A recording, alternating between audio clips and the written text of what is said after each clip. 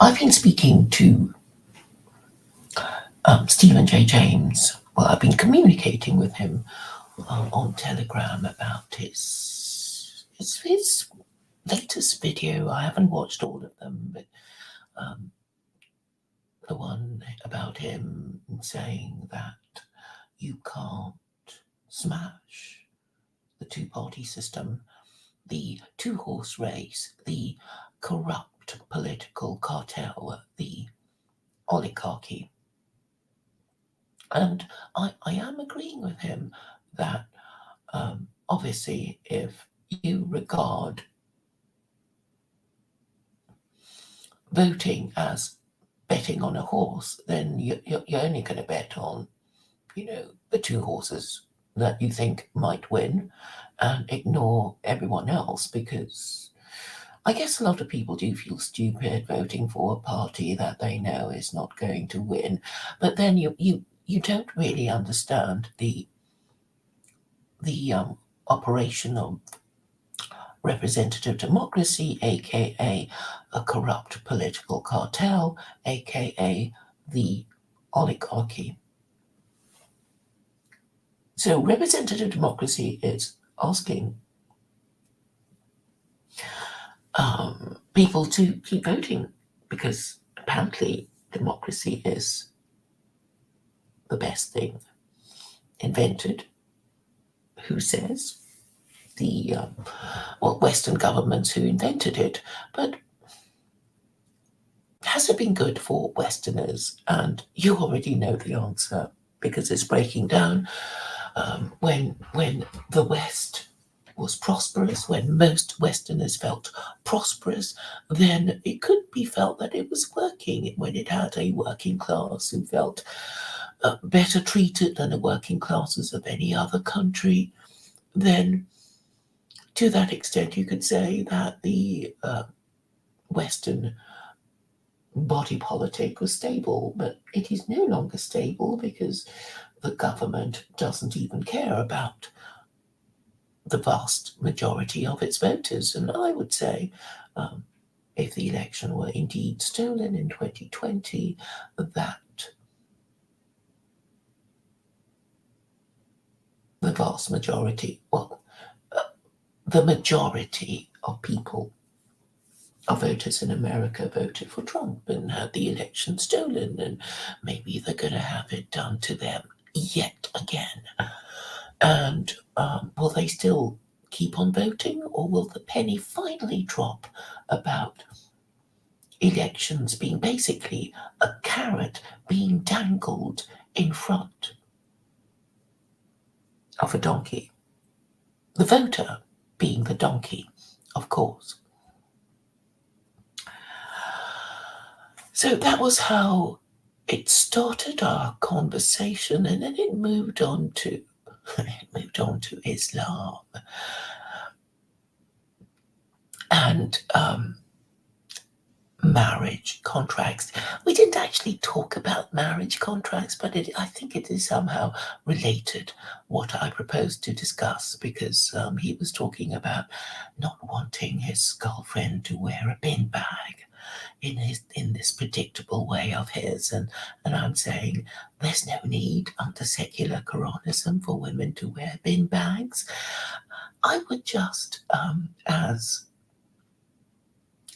just imagine if I were a dictator, I would, be issuing, edicts all over the place, and I would be telling British clothes designers of women's wear to be designing women's wear that is elegant and modest. So no need for bin bags. And there will be jobs for the boys and girls under secular Quranism. And what I've been also doing is talking to Muslims and making clear the difference between secular Quranism and their kind of Islam or Sharia. As you know, secular Quranism is not Islam. It is a legal system that doesn't require anybody to change their beliefs, but obviously they would have to obey the law. And and the law is, would have to be in harmony with the principles of secular Quranism. So I don't know if Stephen has time to come on. Maybe he's at work. I don't know. But I'll carry on outlining the situation. So I've been having a discussion with a certain Muslim user of social media. This anti-Semitism thing, I really don't think it's healthy, and I'm sure. And I'm not saying it's a white people thing, because, I know Chinese people who also blame the Jews and think, they have special magic powers. And so this Muslim I've been talking to is no different. It's like, and then I say things like, look, it's the Americans, they control everything. I mean, blame Jews if you want, but the Jews are just, the servants of the American empire. And Israel is just a colony serving as America's unsinkable aircraft carrier. What are you going on about? And so, okay, I know somebody in Israel, and I've just sent pictures. They've just celebrated their Independence Day, and you look at it, you think, isn't this America? This could be California. I see this palm tree. Oh, I see barbecue. So you celebrate in Israel your Independence Day with barbecues. And immediately I thought of the 4th of July. I mean, I haven't actually celebrated the 4th of July with Americans, but I've spoken to enough of them to know that that's how they celebrate it. They go to the park, they have their barbecues, they let off fireworks, and this is the sort of thing they do.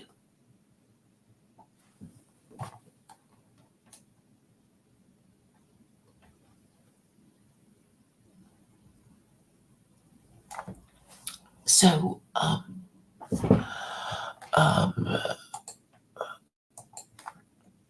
okay, so I'm saying it's unhealthy. It's not just a white people, post-Christian thing. I guess that people can't help it. People can't help it because, when you've always thought something all your life, you're not just going to revise it just because somebody presents you with, sound arguments about one another. If you thought, for generations that, the sun goes around the earth, you just don't want to be told you're wrong. And in the case of the Catholic Church, the Pope didn't want to be told by Galileo or Copernicus that, their view of the universe was wrong. So they suppressed the findings of these two astronomers because I suppose they rightly thought that if we Catholics acknowledge that we were wrong about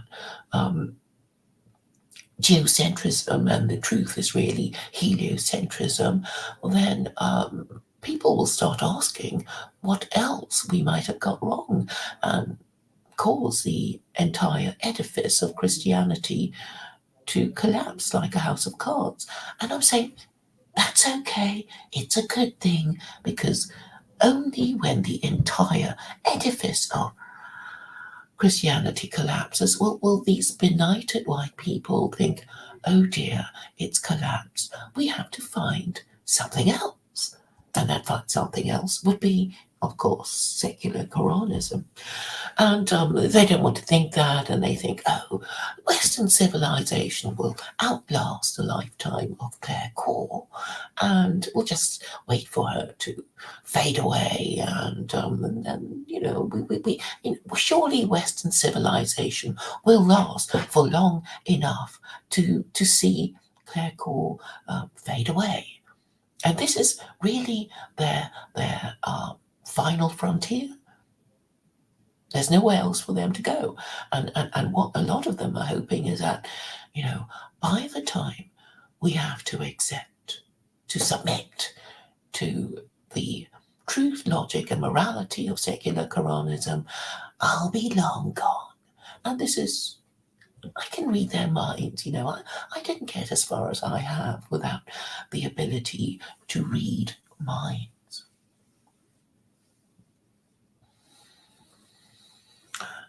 So back to the subject of marriage and Stephen J. James, who now has to go back to work and can't join us.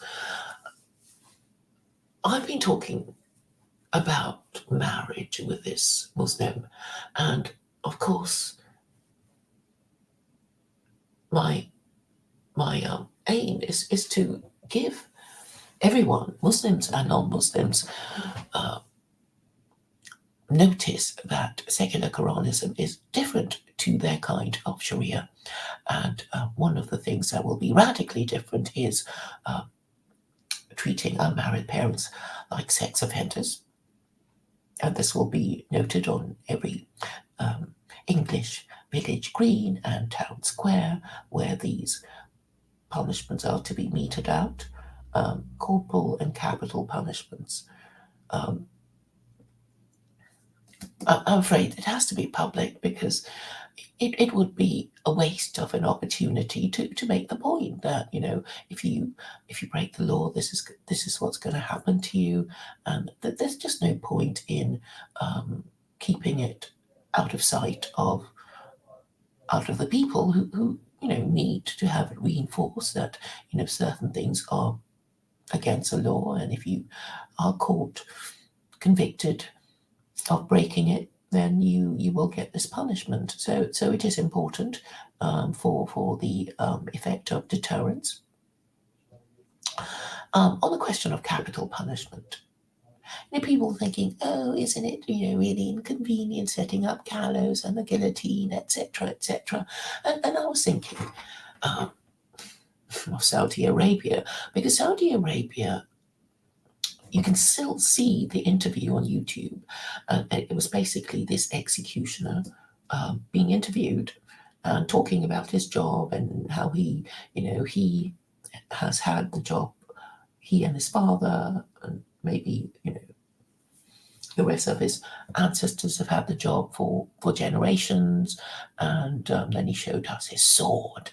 And I have seen an execution on YouTube. Of course, it's been since deleted. They still do it, but you see, it's really much quicker.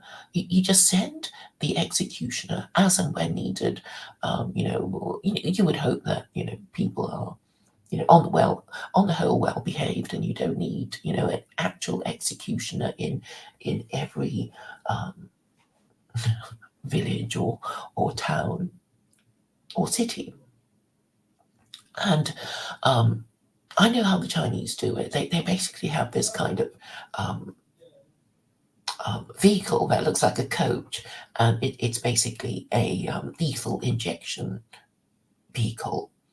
So it just goes from place to place where as and when called out. And I thought, this is actually really horrible. I guess I've always thought lethal injection was just somehow more horrible than being hanged. And the guillotine, although swift, is just not very nice. I guess I'm one of those old-fashioned people who prefer, the human touch, even in matters of execution.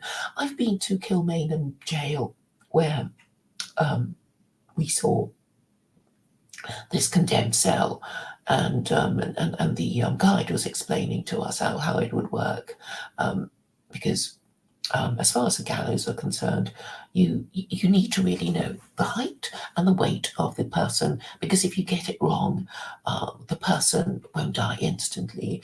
So if you misjudge it and you think the condemned prisoner is too much lighter than he is, he will just strangle and kick his legs and not die immediately. And if you get his if you think he's much heavier than he is, then you might actually behead him. and that's obviously very gruesome. So okay, so basically we were shown this little peephole where the executioner would who has to make these fine calculations would have to think, oh, he's this tall and that fat, and I've got to, I don't know, weigh the thing properly, something like that.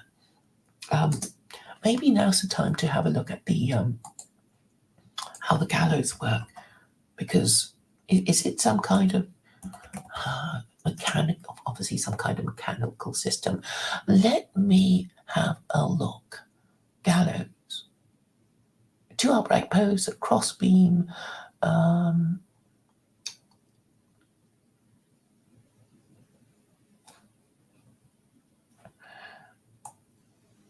But I think you have to do something. It's the length of the rope, right? Is it the length of the rope? Do you have to measure properly depending on the drop, isn't it?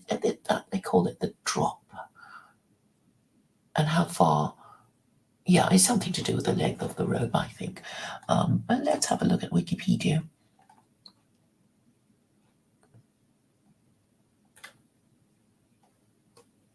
There we go, there we go. A gallows, or less precisely scaffold, is a frame or elevated beam, typically wooden, from which objects can be suspended or weighed. Gallows were thus widely used to suspend public weighing scales for large and heavy objects such as sacks of grain or minerals, usually positioned in markets or toll gates. The term was also used for a projecting framework from which a ship's anchor might be raised so it is no longer sitting on the seabed, riverbed, or dock. Weighing the anchor meant raising it using this apparatus while avoiding striking the ship's hull.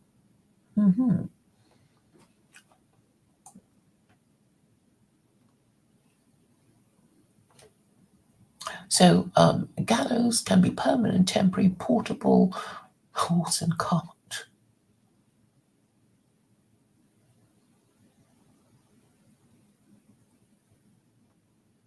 Well,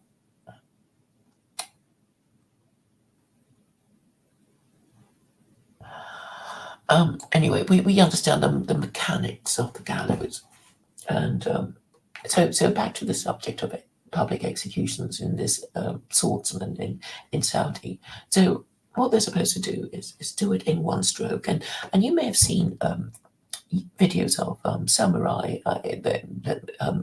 Swordsmanship is still a tradition in Japan, and you may see those training in swordsmanship in Japan attempting to slice a whole series of bamboos in one stroke. And it has been said that the skilled samurai is in fact able to slice a whole human in half in just one stroke. So these things can be done swiftly, and obviously a certain amount of training and skill is involved. And um,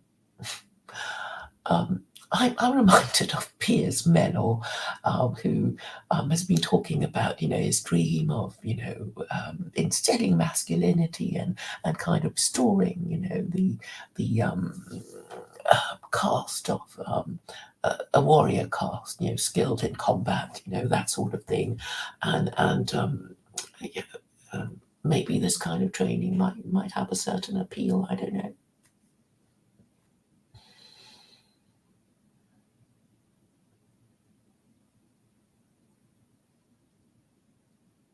And yes, and this makes me think of future forms of warfare. I mean, obviously, with the advance of science and technology, we are, I mean, we're able, in theory, to kill lots of people and even destroy the world in the press of a button if you have the nuclear codes, and and people who kill people, operate drones. The drone operator, they put on a suit, they go to an office, and they control the drone from their place of work. And obviously, a lot of Muslims think it's very unfair that they should be killed off by some man in a suit living, working in an office, and their acts of terrorism to get back at people who work in suits in offices and cities might be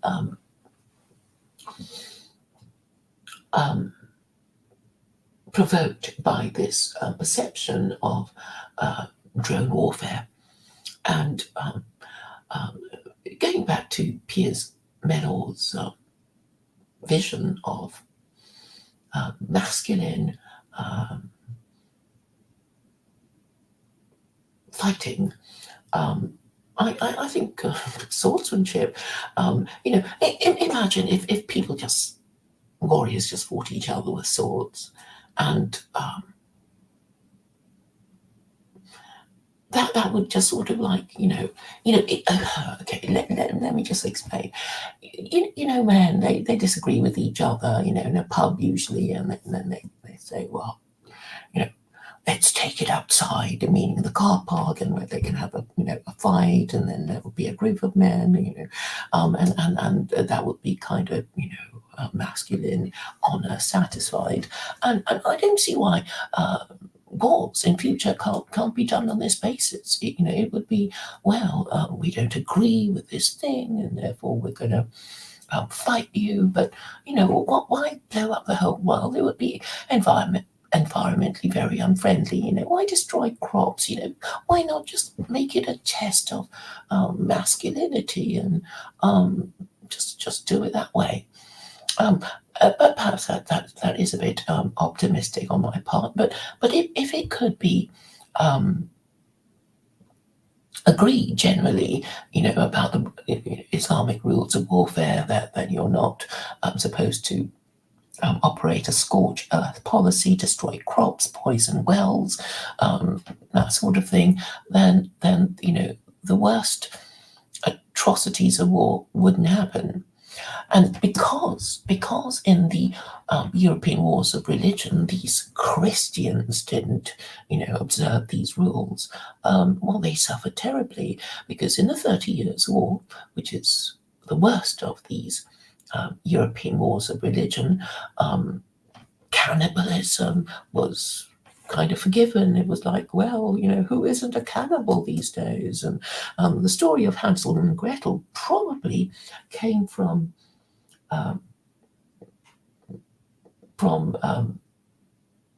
these European wars of religion, when soldiers would just destroy the crops of Catholics and Protestants, and so obviously all the peasants were conscripted into the army. There was nobody to do any farming, and anybody who did any farming, they were probably killed and their crops destroyed, and there was, well, a terrible famine, and the Europeans were starving, and and then they just ate children, or tried to.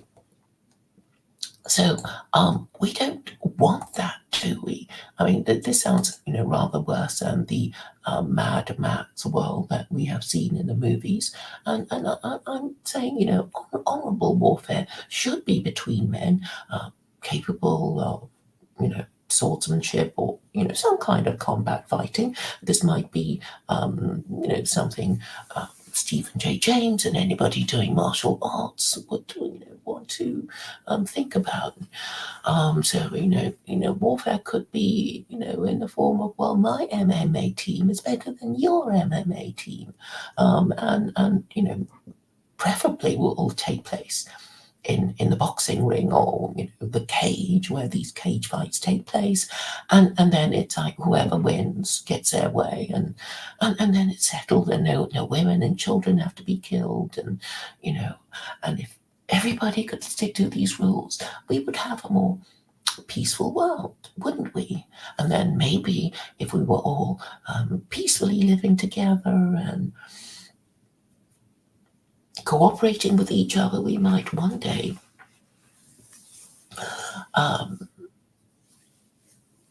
do proper manned space exploration, because we will be so clever, we can make spaceships that travel at the speed of light, or something like that. But then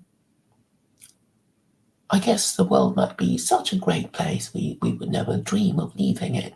But anyway, I'm just trying to cover all fronts, really, about this brave new world of manly warriors fighting it out with each other and leaving the women and children and crops and wells alone and not nuking each other and settling their disputes this way through MMA, well, MMA fighting, or I don't know. They can do, I don't know. I used to think of you know, the games which the Romans used to do, and they were very expensive, and apparently they were free for the plebs, which they entertained with their bread and circuses, which is kind of like our porn and drugs now. But anyway, you know what happened to the Romans. So basically, the Romans had games, and they were, you know, they'd even stage naval battles for the entertainment of the plebs. So if you could have some kind of, I don't know, battlefield in the stadium, and settle disputes that way, that would be kind of cool and peaceful on the whole. But obviously, everybody would have to agree to the rules and not try to cheat and that kind of thing. Now, I haven't yet got to the main subject, which is that of marriage contracts and the muta marriage that I was talking to with this Muslim. And this arose because I was talking about well, prostitution, because I'm saying that God never specifically and expressly forbade either slavery or prostitution, and the clear blue water between secular Quranism and their kind of Sharia is that I will unashamedly propose to reintroduce slavery and say there will be licensed brothels in red light districts. And he was saying, no, we can never allow adultery and fornication. And I'm saying, but the whole idea of the red light district is that fornication and adultery is allowed only in the red light district in a licensed brothel. And I was trying to make the point, too, that men have to admit their weaknesses, and men have to formally admit that they are inferior to women in the field of saying no to no-string sex. They have to admit their weakness in order to just say, look, women have their strengths and their weaknesses, and so do men, and they are different. And once men actually admit that specific weakness, we might have some movement forward in the matter of undermining and finally defeating feminism. So in this regard, feminists can't say, gender is a social construct. It's like, no. Men are known to be inferior in their ability to say no to no-string sex, and women are always saying no to no-string sex, if they're not sluts. And even sluts do not always say yes.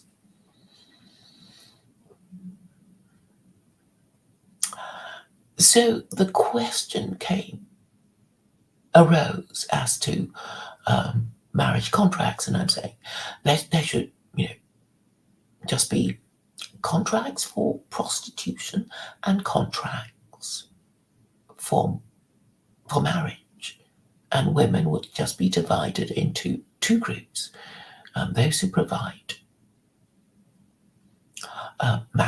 wife sex and those who provide prostitute sex. And both would be legal, but obviously one would be,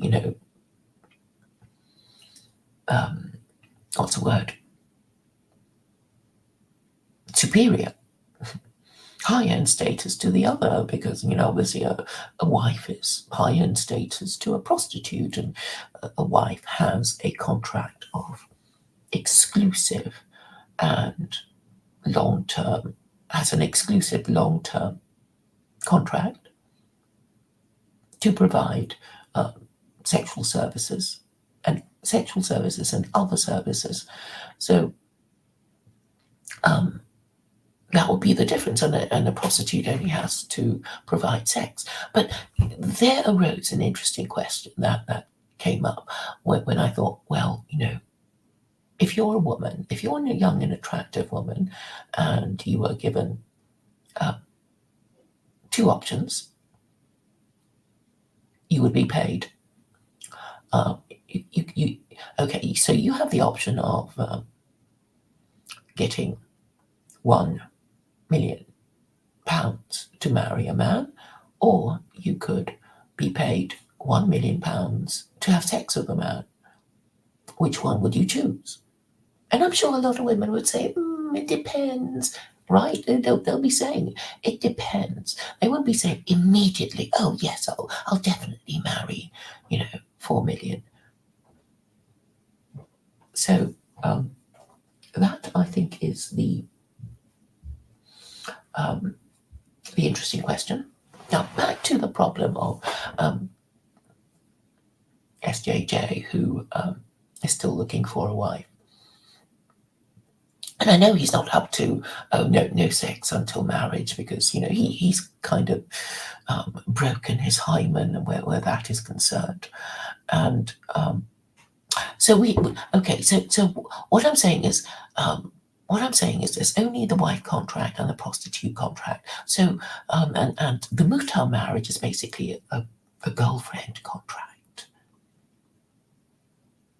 and this means it's a concubine contract, and a concubine is basically a woman who provides sexual services to a man, and maybe other services, but who is lower in status to that of a wife.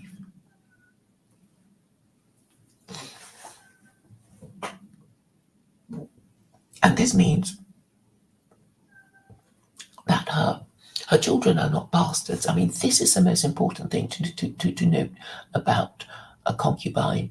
She may not be quite a wife, but any offspring she produces with her husband is, can you call him a husband? Anyway, is not a bastard. So her offspring is legitimate. And this, I think, would be the essence of a girlfriend contract, which is also a girlfriend contract, which is, well, I guess the Americans, well, the older Americans would see it as a going steady contract. And this means they would live together. But it would mean that the wife, so the girlfriend contract, it could be interpreted as a long-term prostitute contract, right? But it doesn't have the stability of marriage, because it could be it's terminable, I guess, at any time, and unless the contract says, it's renewable every month, every year, every 5 years, whatever. So it doesn't give the woman, that much security. Or it could be, the contract could say, the contract continues until it is terminated by either party, or offspring is produced, whereupon a marriage will be deemed to have taken place, unless the child is not actually his. So you can see that there will be very interesting legal issues that lawyers might like to get their teeth into, because in these matters you have to anticipate how these contracts might be broken or varied or whatever, knowing the nature of human nature. And I think what would probably suit Stephen is a concubine contract. So he's basically saying, I'm going to find this woman, and I'm going to make a contract with her. If I think she's, she's all right, I can bear to live with her. my life with her, my home with her. But what if she doesn't, what if she is sterile? That's a consideration, for men who want children, and it could be like that. It's like, yeah, you try, and then you realize she's not able to give you children. Then I guess you terminate the girlfriend contract, and you make another concubine contract. The girlfriend contract is a concubine contract, don't forget, and that would actually work even under secular Quranism. So I was wondering what you guys think, but in particular, Stephen J. James, and he might want to talk about it on his channel with me soon.